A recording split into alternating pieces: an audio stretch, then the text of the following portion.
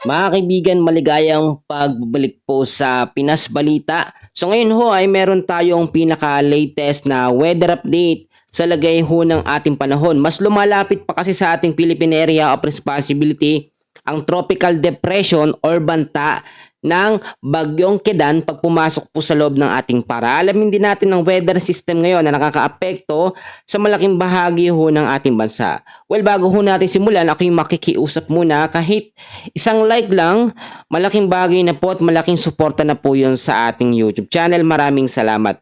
So halika kaibigan, tignan natin ngayon ang pinaka-live na weather radar natin. So ngayon ipapakita ko sa inyo, ito pong banta ng panibagong bagyo na nasa labas ng ating Philippine Area of Responsibility. Ito ho yung nakikita nyo na yan, itong kulay asul ho na yan, ito po yung banta ng tropical depression na nasa labas ng par. Mahinang bagyo ito actually. At sa ngayon ho, ito yung may lokasyon, mas lumapit pa kasi siya. Kahapon medyo malayo ito at yung direction po talaga niya ay papasok ng ating Philippine Area of Responsibility. Meron po itong lokasyon ngayon na 1,795 kilometers east of Northern Luzon. Kahapon, direksyon ito sa may Central Luzon. Ngayon naman po Northern Luzon. Talagang yung Luzon po ang pinaka-tina-target nito. Ito po yung may lakas ng hangin ngayon na 55 kilometers per hour. Malapit pa rin po sa may sentro at bumubugso naman sa bilis na 35 kilometers per hour pa northwestward po ang pagkilos. Kung titignan nyo sa ngayon ay wala po itong direktang epekto sa anumang bahagi ng ating bansa. Pero patuloy po tayo nakakaranas ng maulap na kalangitan at may mga pag-uulan, lalo na po kaninang umaga pa. So aalamin natin sa tinatawag po natin na forecast weather condition. Ang nakakaapekto po sa atin ngayon ay yung tinatawag po natin na Intertropical Convergence Zone or ITCC. Ang ibig sabihin ng hangin na ito ay yung salubungan ng mainit at malamig na hangin sa Southern at Northern Hemisphere. Yung effect po niyan, yung mga pag-uulan dyan sa Visayas, Mindanao at sa may area ng Palawan.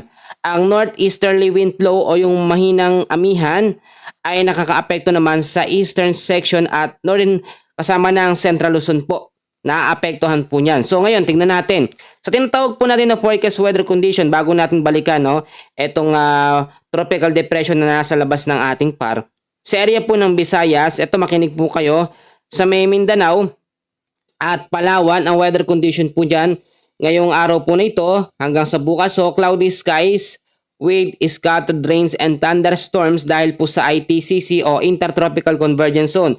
Yung hangin na yan, kung nakikita nyo yung umiikot na hangin na yan, ITCC ho yan, lalo na po dito sa may bandang Visayas at sa may Mindanao, especially sa Palawan area, apektado ho ng ITCC. Sa ilang bahagi naman po ng Quezon, sa may Camarines Norte ay patuloy po makakaranas ng cloudy skies with rains or mahinang pag-uulan dahil po sa tinatawag natin na northeasterly wind flow o yung mahinang amihan. Medyo malamig na hangin na ho yan. Pag sinabi kasi nating amihan, ito po yung tuyot pero malamig na hangin na nanggagaling ho sa may bandang Hilaga. So maging handa pa rin tayo sa banta ng mga pag-ulan dahil hindi po porket nasa amihan season na tayo, yung habagat wala na ho, no? Ay hindi na tayo makakaranas ng mga pag-uulan. So ito pa ho, sa area naman ng Cagayan Valley, dyan po sa may Ilocos Norte, Apayao at sa may Aurora, ay patuloy din makakaranas ng partly cloudy to cloudy skies with isolated light rains. Medyo mahinang pag-uulan lamang yan dahil po sa tinatawag natin na northeasterly wind flow. Halos karamihan ng mga lugar po sa Luzon, Visayas at Mindanao ay naapektuhan po ng mahinang amihan or hanging amihan. So maging handa pa rin tayo sa mga posibilidad na banta ng pag-uulan, lalo na kapag lumakas sa hapon at sa gabi yung mga pagbabaha, hindi pa rin po tayo ligtas dyan. Samantalang sa ilang bahagi naman po ng Metro Manila, the rest po ng Luzon, Visayas at Mindanao ay makakaranas pa rin ng maulap na kalangitan hanggang bukas dahil naman po yan sa mga localized thunderstorms. So posible pa rin dyan ang mga pagbabaha sa mababang lugar at landslide po sa mga landslide prone area.